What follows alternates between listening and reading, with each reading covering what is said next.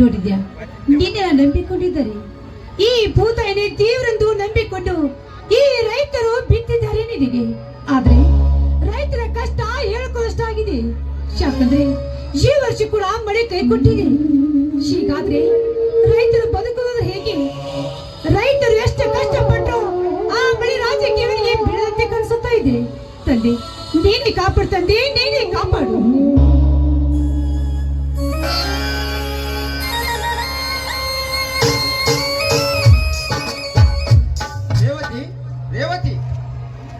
ಬನ್ನಿ ಸ್ವಾಮಿ, ಹೀಗೆ ಬಂದ್ರ? ರೇವತಿ, ರಾಯ ಮನೆಯಲ್ಲಿಲ್ಲವೇ? ಇದ್ದಂಡಿ ಒಳಗಡೆ ಟಗರಿಗೆ ಕಾಲ್ ತಿರ್ಸತಾ ಇದ್ದೇನೆ. ಇರಲಿ, ನೀವು ಪೇಟೆಗೆ ಹೋಗಿ ಶಕ್ತಿ ಮಾಡಿಕೊಂಡು ಬರ್ತಂತ ಹೇಳಿದವರು ಯಾಕೆ ನೀವು ಬರಗೆಲೆ ಬಂದಿದ್ದೀರಲ್ಲ? ರೇವತಿ, ಚಂದ ತೆಗೆದುಕೊಂಡು ಬರಬೇಕೆಂದು 1000 ರೂಪಾಯಿ ಹಣವನ್ನು ತೆಗೆದುಕೊಂಡು ಅಂಗಡಿಗೆ ಹೋದರೆ ಅಂಗಡಿಯವನು ನೋಟು ನಡೆಯಲೆಂದು ವಾಪಸ್ ಕೊಟ್ಟನು. ರೇವತಿ, ಯಾಕೆ ಸ್ವಾಮಿ, ನೀವು 1000 ನೋಟು ಕೋಟಾ ನೋಟ? ಕೋಟಾ ನೋಟ್ ಅಲ್ಲ ರೇವತಿ, ನಮ್ಮ ದೇಶವನ್ನು ಬಿಟ್ಟು ಬೇರೆ ದೇಶದಲ್ಲಿ ಹಣವನ್ನು ಇಟ್ಟು ಸರ್ಕಾರದ ಕಣ್ಣಿಗೆ ಮಣ್ಣೆರಚಿ ಕೋಟ್ಯಾಧಿಪತಿಯಾಗಿ ಮೆರೆಯುತ್ತಿರುವ ದೊಡ್ಡ ದೊಡ್ಡ ಶ್ರೀಮಂತರನ್ನು ಮಟ್ಟ ಹಾಕುವುದಕ್ಕೆ ಪ್ರಧಾನಿಯವರು ಸೃಷ್ಟಿಸಿದ ಒಂದು ಹೊಸ ತಂತ್ರ. ನೋಡಿ ಸ್ವಾಮಿ, ಆ ಕಾಳ ಹಾಗೂ ಅವರಿಗೆ ಈ ಸರ್ಕಾರ ಒಳ್ಳೆ ನಿರ್ಧಾರ ತೆಗೆದುಕೊಂಡಿದೆ. ಆದ್ರೆ ಅಲ್ಪವಾಗಿ ದುಡಿದು ಒಪ್ಪತ್ತು ಉಂಡು ಒಪ್ಪತ್ತು ಉಪವಾಸ ಇದ್ದು 10-20 ಸಾವಿರ ಗಳಿಸಿದ್ರೆ ಅವರ ಗತಿ ಹೇಗೆ ಸ್ವಾಮಿ? ಅವರ ಗತಿ ಹೇಗೆ? ರೇವತಿ, ನಮ್ಮಂತ ಬಡವರಿಗೆ ವ್ಯಾಪಾರಸ್ಥರಿಗೆ ಯಾವುದೇ ರೀತಿ ತೊಂದರೆ ಆಗಬಾರದೆಂದು 50 ದಿನಗಳ ಕಾಲಾವಕಾಶ ಕೊಟ್ಟಿದೆ ಸರ್ಕಾರ. ಅಷ್ಟರಲ್ಲಿ ಹಳೆಯ ನೋಟುಗಳನ್ನು ಬ್ಯಾಂಕಿಗೆ ಪೋಸ್ಟಿಗೆ ಕಟ್ಟಿ ಹೊಸ ನೋಟುಗಳು ಪಡೆದುಕೊಳ್ಳಕ್ಕೆ ಒಂದಷ್ಟು ದಿನ ತೊಂದರೆ ಆಗಬಹುದು.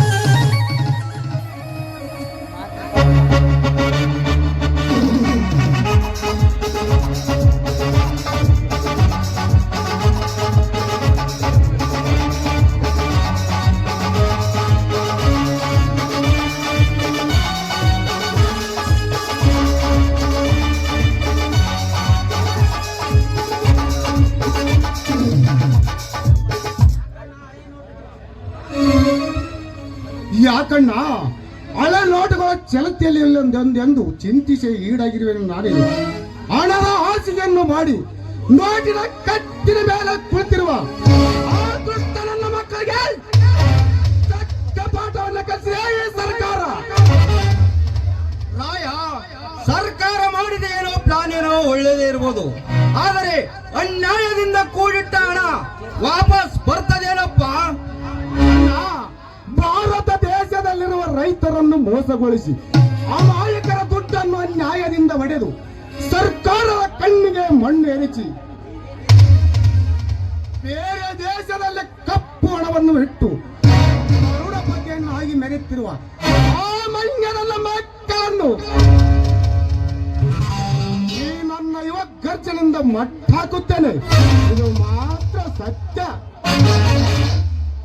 ರುದ್ರ, ನೀ ಹೇಳುವ ಮಾತು ಸತ್ಯವಿದೆ, ಆದರೆ ನಮ್ಮಂತ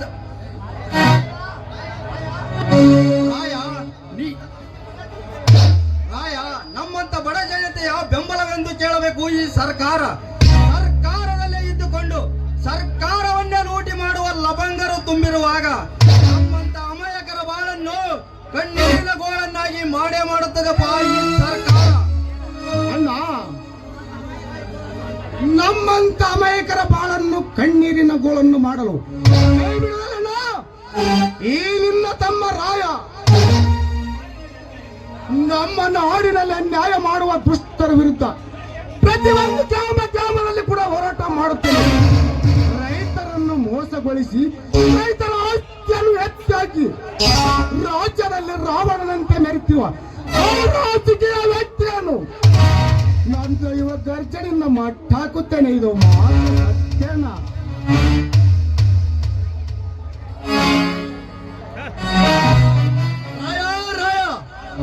ಭಾರತ ಏನಾಯಿತು? ನಾವು ಈಗ ಹೋಗುವ ಕೆಲಸಕ್ಕೆ ಈ ಬಿಸ ರಕ್ತದ ಮೋಗ್ಗದಲ್ಲಿ ಹುಡುಕಿ ಕೆಡಬೇಡದೆಂದು ಬಯತ್ತಾರೋ ಏನು?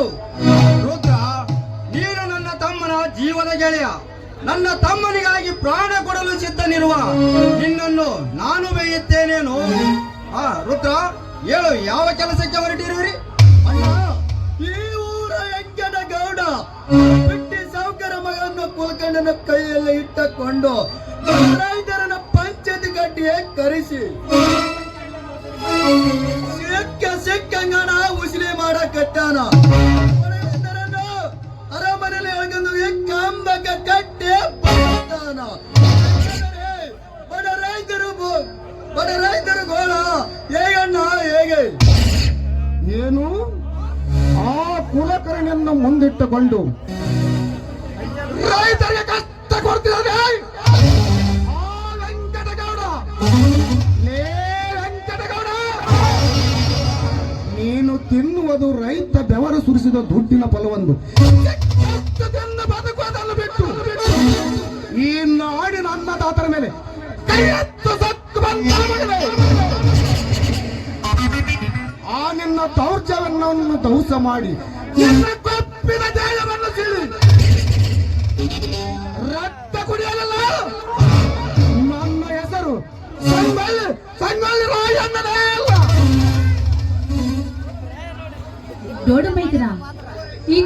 ನಮ್ಮಂತ ರೈತರನ್ನು ಹೆದರಿಸಿ ಬದಲಿಸಿ ಅಷ್ಟೇ ಅಲ್ಲ ನಮ್ಮಂತ ಬಡವರ ಆಸ್ತಿನ ಎತ್ತಾಕಿ ನಾನೇ ಬಂದ್ರೆ ಅಂತ ಮೆರೆತಿರುವ ಆ ದೇಸೇಗೌಡ ನಿಮ್ಮನ್ನು ಎದುರಿಸುವನೆ. ಅಂದರೆ ಏನತ್ತಿಗೆ ನಿನ್ನ ಮಾತಿನ ಅರ್ಥ? ರೈತರ ಶ್ರೀ ಸಂಪತ್ತನ್ನು ಲೂಟಿ ಮಾಡಿ ಬಡ ರೈತರ ಆಸ್ತಿಯನ್ನು ಮೋಸದಿಂದ ಎತ್ತಿ ಹಾಕಿ ಕೊಪ್ಪೇರಿ ನಿಂತ ವೆಂಕಟಗೌಡ ಈ ನಿಮ್ಮ ಮೈದುನ ರಾಯನಿಗೆ ಎದುರಿಲ್ಲವೇ? ಅತ್ತಿಗೆ ಆ ವೆಂಕಟಗೌಡ ಅಷ್ಟಲ್ಲ, ಹಿಂದಕ್ಕೆ ತೋರು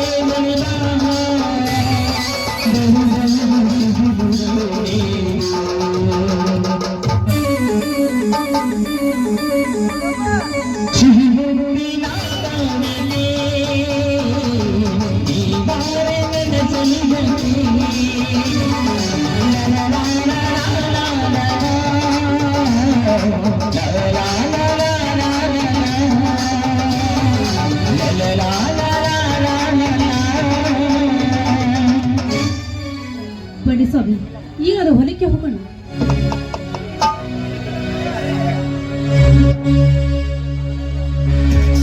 ರೈತನ ಹೆಂಡತಿ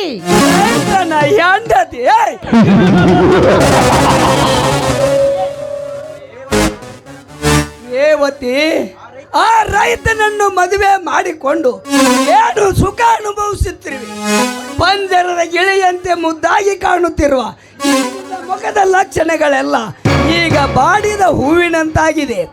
ಅಂದೇ ನಾನು ನಿನಗೆ ಲವ್ ಲೆಟರ್ ಕೊಟ್ಟ ದಿನ ನೀನು ನನ್ನನ್ನು ಮದುವೆ ಮಾಡಿಕೊಳ್ಳೋದಕ್ಕೆ ಒಪ್ಪಿದ್ದರೆ ಇಂದು ಈ ಪ್ರತಾಪ್ ಸಿಂಹನ ಅರಮನೆಯಲ್ಲಿ ರಾಣಿಯಾಗಿ ಇರುತ್ತಿರಲಿಲ್ಲವೇ? ಏ ಪ್ರತಾಪ, ಮೊದಲಿನ ಮನಸ್ಸಿರುವುದು ಕಿತ್ತು ಬಿಸಾಕು. ಅದರಂತೆ ನನಗೆ ಲವ್ ಲೆಟರ್ ಕೊಡಲು ಬಂದಾಗ ನಿನ್ನ ಕೆನ್ನಿಗೆ ಬಾರಿಸಿದ್ದು ನೆನಪಿಲ್ಲವೇ? ಗೊತ್ತು ರೇವತಿ, ನೀನು ನನ್ನ ಕೆನ್ನೆಗೆ ಬಾರಿಸಿದ್ದು ಗೊತ್ತು. ನೂರಾರು ಹುಡುಗಿಯರ ಎದುರಿಗೆ ನನ್ನನ್ನು ಅವಮಾನ ಮಾಡಿದ್ದು ಗೊತ್ತು.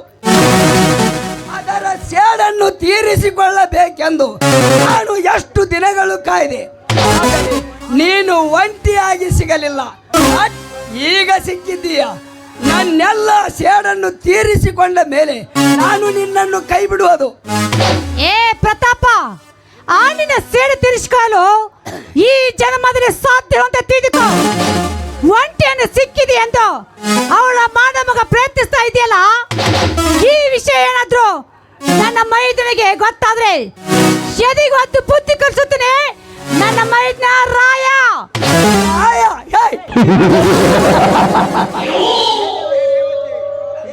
ರೇವತಿ, ಆ ನಿನ್ನ ಮೈದುನ ರಾಯನಿಂದ ಈ ಪ್ರತಾಪನನ್ನು ಏನು ಮಾಡುವುದಕ್ಕೂ ಸಾಧ್ಯವಿಲ್ಲ. ಒಳ್ಳೆಯ ಮಾತಿಗೆ ಒಪ್ಪಿ ಬಂದರೆ ಮರೆಯಲ್ಲಿ ಕರೆದುಕೊಂಡು ಹೋಗಿ ಗಪ್ಪು ಚುಪ್ಪಾಗಿ ನನ್ನ ಆಸೆಗೆ ಈಡೇರಿಸಿಕೊಂಡು ಕೈ ಬಿಡುತ್ತೇನೆ.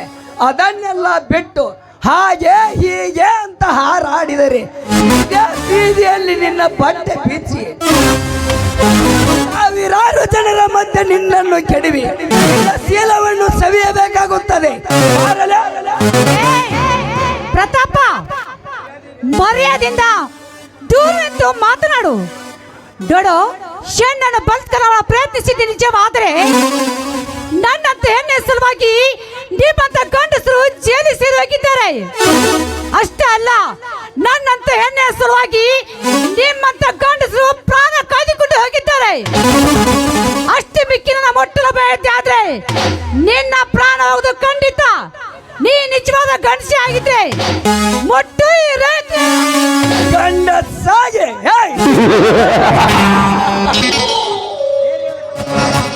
ರೇವತಿ, ಗಂಡಸ್ತನದ ಗಂಡು ಬೀಜವನ್ನೇ ಬಿತ್ತಿ ನಿನ್ನಂತ ನೂರಾರು ಹುಡುಗಿಯರಿಗೆ ಪಿಂಡವನ್ನು ಬೆಳೆಸಿ ಗಂಡಸಾಗಿ ಮೆರೆಯುತ್ತಿರುವ ಈ ಪ್ರಳಯಾಂತಕ ಪ್ರತಾಪನಿಗೆ ಗಂಡಸಾಗಿದ್ದರೆ ನೋಡು ಎಂದಿಯಲ್ಲ. ಈ ನಿನ್ನ ಹಠಕ್ಕೆ ನನ್ನ ಕೆಟ್ಟ ಚಟವನ್ನೇ ಉಪಯೋಗಿಸಿ ನಿನ್ನ ಶೀಲದ ಗದ್ದಿಗೆಯನ್ನೇ ಗುದ್ದಿ ಸದ್ದಾಗದೆ ನಿನ್ನ ಹೊಟ್ಟೆಯಲ್ಲಿ ನನ್ನ ಗಂಡಸ್ತನದ ಸುದ್ದಿ ಬೆಳೆಸಲಿಲ್ಲ. ನನ್ನ ಹೆಸರು ಪತಿರ್ವತಿಯರ ಪಟ್ಟದ ಅರಸ ಪ್ರಳಯಾತಕ ಪ್ರತಾಪ್ ಸಿಂಹನೇ ಅಲ್ಲ. ಅಯ್ಯೋ,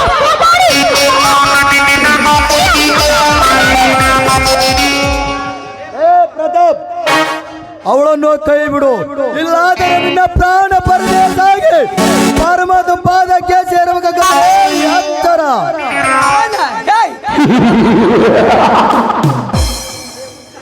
ಲೇ ಹುಚ್ಚ, ಈ ಪ್ರತಾಪ್ ಸಿಂಹನ ಪ್ರಣಯದ ಆಟದಲ್ಲಿ ಪ್ರಳಯಾಂತಕನಂತೆ ಬಂದು ನನ್ನ ಕಾರ್ಯವನ್ನು ಅಡ್ವಯಿಸಿದ ಕತ್ತೆ ಯಾರು ನೀನು?